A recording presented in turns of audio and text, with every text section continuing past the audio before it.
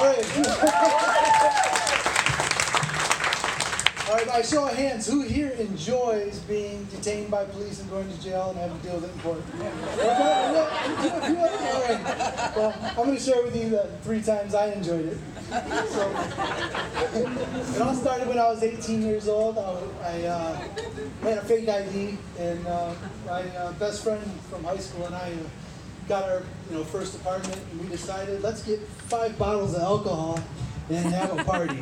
So we got a bottle of tequila, vodka, whiskey, rum, and Goldschlager. You gotta have Goldschlager. So we started slamming shots, and next thing I know, my roommate's on the balcony screaming across the little plaza area, trying to start a fight with a neighbor. Great idea. And this is where I black out, and the neighbor comes over and fights my roommate. I wake up just in time for the police to arrive and pick me up and body slam me onto the ground. And then at that point, I black out again. I wake up a few hours later. I'm in the hospital. I'm handcuffed, both hands to the hospital bed with an IV in my arm. Obviously, it was alcohol poisoning. And my roommate's on the other side of the curtain, and he's still sleeping. Well, I wake up, and the nurse and a police officer come in. They unhandcuff me with one of my hands. And the nurse slaps me with a phone book. She says, "You need to call somebody and get you out of here." And so I open up the phone book, and I'm thinking, what random person am I going to call to come get me? So I'm looking at all the phone numbers, and everything's just like alphabet soup, and I'm going to throw up. So I threw the phone book on the floor, and the nurse yells at me, "You need to call somebody." So at this point, I'm like, there's only 2 phone numbers I can even think of. One's my dad, and there's no fucking way I'm calling my dad. And the other one's my gay aunt. And my gay aunt's name is Craig. So Craig, I had to call gay aunt Craig. Craig comes and gets us. And he's talking to the police officer and the nurse. And at this point, Brent wakes up. And I hear Brent, he's shaking the bed. He's like, where am I?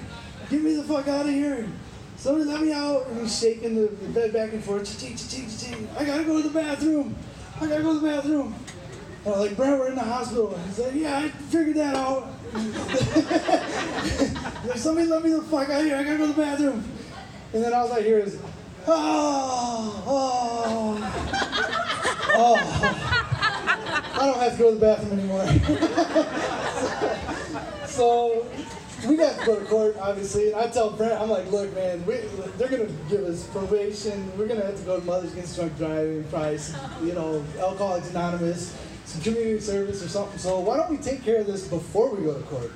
And Brent says, fuck that. I'm going to go in there and tell the judge what's up. I was like, you go ahead and do that. I'm going to go take care of AA and Mothers Against Drunk Driving classes and stuff. So day of court comes around. I've got all my documents, and I go in front of the judge first, and the judge asked me, you plead guilty or not guilty? And I said, I'm pleading guilty. I'd like to, if I can have a moment, can I just share something with the court? And he says, yeah, go ahead. So I'd just like to explain this as an isolated incident. I don't normally do this. and he says, okay. I says, but I've completed all of this, Alcoholics Anonymous. I'm trying to take initiative. And he says, oh, okay, well, that's great. He says, we don't normally have people come in here and complete their probation before we give it to them. so he says, 3 months probation. You just have to meet with a police officer 3 times, and then you're done. So and I had like a little fine or something. So I go out in the hallway, pay the fine, and I'm waiting for my roommate, Brent, to come out. He comes bursting through the doors, and he says, that's some bullshit. I said, what? You didn't tell the judge what's up? He's like, yeah, that didn't work out. I said, well, what happened? He says, well, I got 12 months probation, and I got to do all that stuff you did, but double. He says, thanks a lot. He's like, you made me look like a piece of shit. I was like, I told you we should have done it. So I haven't talked to Brent since then. We kind of went our own ways, even though we had an apartment together. So fast forward about 18 months, my second time going to jail. I'm at a bar. I'm like 20 years old at this point, still with my fake ID, drinking. And I leave the bar with my friend Sarah. We're driving back to her place. We get pulled over, and it's two female police officers, and which I've never seen this before, but they pull me out of the car. I'm in the passenger seat. They don't even talk to Sarah. Well, they took turns patting me down, like patting me down. Like it was like fantasy pat down. Like, anyways, they let us go. I get back in the car and I'm like, what the hell just happened? And Sarah's like, I have no idea. They didn't even talk to me. I'm like, oh, I gotta go to the bathroom. I was like, take a right up here and I gotta go use a tree or something. So, went to the bathroom, get back in the car. We get back on the main road and we're heading back to her place and we get pulled over again. And I'm like, what the hell's going on? And so, this time it's two male officers, and they take me out of the car again, and they're asking me, and I'm like, look, man, we just got pulled over by two female cops, and they let us go, and they said, the guy goes, okay, all right, well, let me get on the radio and just check this out. So he gets on the radio and goes, yeah, it's calling all patrol cars, so there are two female officers patrolling tonight. Silence. I'm like, oh, come on, ladies, come on. So he does it again, and yeah, silence. So I was like, oh. So now he thinks I'm lying. So at that point, he gave me the handcuffs, took me to jail. And so now I know I got to go to court again. So I went to do the Mothers Against Drunk Driving, the Alcoholics Anonymous classes, a little extra probation. I get all my documents. I'm in a suit and tie. And I've got all my documents in this nice folder, and I go to court way early. And so I'm sitting in the back of the courtroom and just, waiting for my turn. And the judge calls this other guy's name out. Well, he's not there. So he gave him like a couple minutes, and then the judge says, okay, well, put a warrant out for his arrest. And so they went into the next court case, and I'm sitting there, and I hear the door of the courtroom open, and this guy comes in, and he's just like, just sweating like he just ran a marathon to get there. And I'm like, I lock eyes with the guy, and I'm like, that's the guy that just got a warrant. So he's looking at me, and I'm sitting there with my suit and tie and my folder, and he comes over and he sits next to me, and he says, are you my attorney? And so I look at him and say, well, what's your name? And he tells me his name, and I'm like, yeah, that's the guy that just put warrant. And I kind of like peek into my folder, like I've got his documents or something. And he's kind of like trying to look in there, and I shut the folder again, and I told him, I was like, you're late. And he says, yeah, and he's trying to make some excuse. I'm like, just shut up. I was like, you got the payment? And he's like, yeah, but I don't have all of it. I says, well, how much you got? He says, $300. So I never said I was his attorney. I never told him that. I never told him to give me no money. But when I'm 20 years old and somebody hands me $300, it goes right in my pocket. So I go, then they call my name, and I go in front of the judge, and like, yeah, Your Honor, I'm pleading guilty. This is an isolated incident. And he's looking at his notes. He's like, oh, this is isolated from 18 months ago? I'm like, this is completely isolated. And I was like, but I'd like to say, I clean my Mothers Against Drunk Driving. I'm with Alcoholics Anonymous. I've got all these documents and stuff. He says, man, he's like, this is the second time you've completed the probation before I even gave it to you. It's the same judge, And he says, I tell you what, he's like, if you can pay your fines today, I'll only give you three months probation. And I was like, well, how much are my fines? And he says, $295. And I'm there like, yeah, I can pay it. So I'm walking out of the courtroom, and the guy's like, what the fuck? I was like, hey, by the way, they put a warrant out for your arrest about 12 minutes ago. So I leave, I go pay my fines. He's dealing with the bailiff at that point. So let's see here. All right, let's go to the third story. So about 5 years goes by.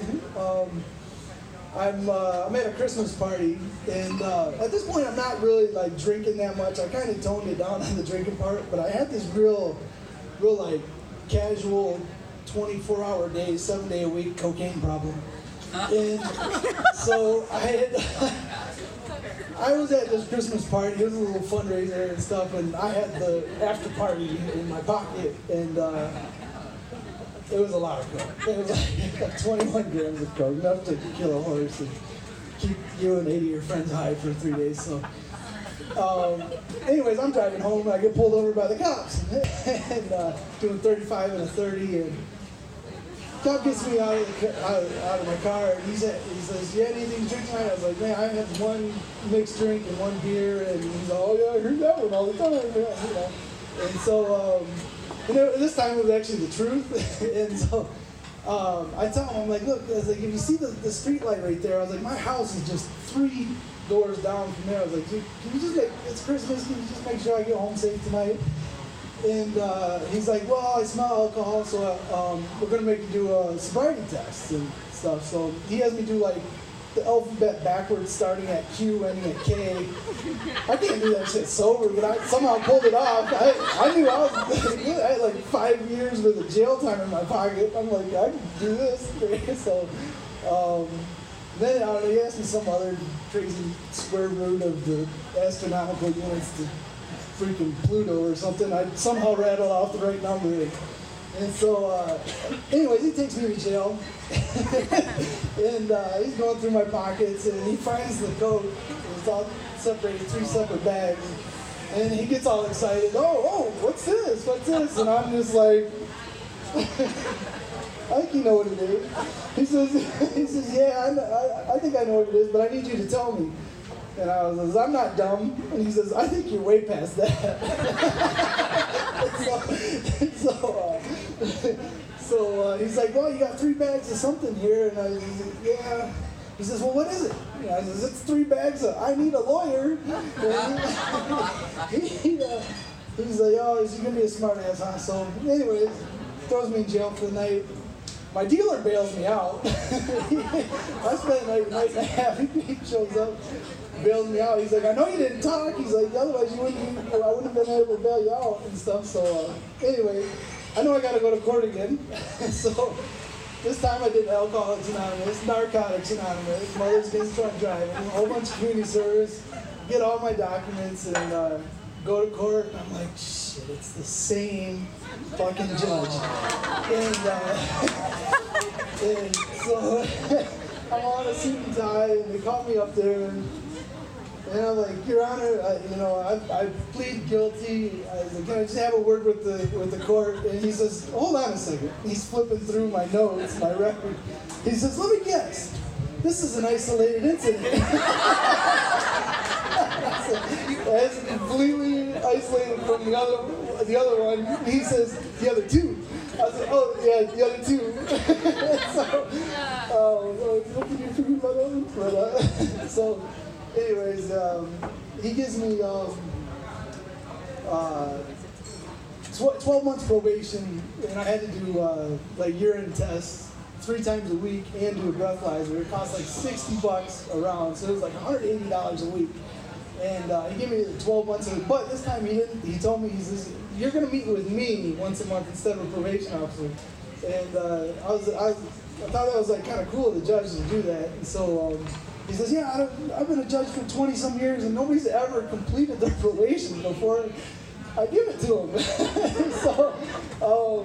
So anyways, yeah, after 5 months, he let me off probation. And it was kind of, that was 14 years ago, and I haven't touched cocaine since. So.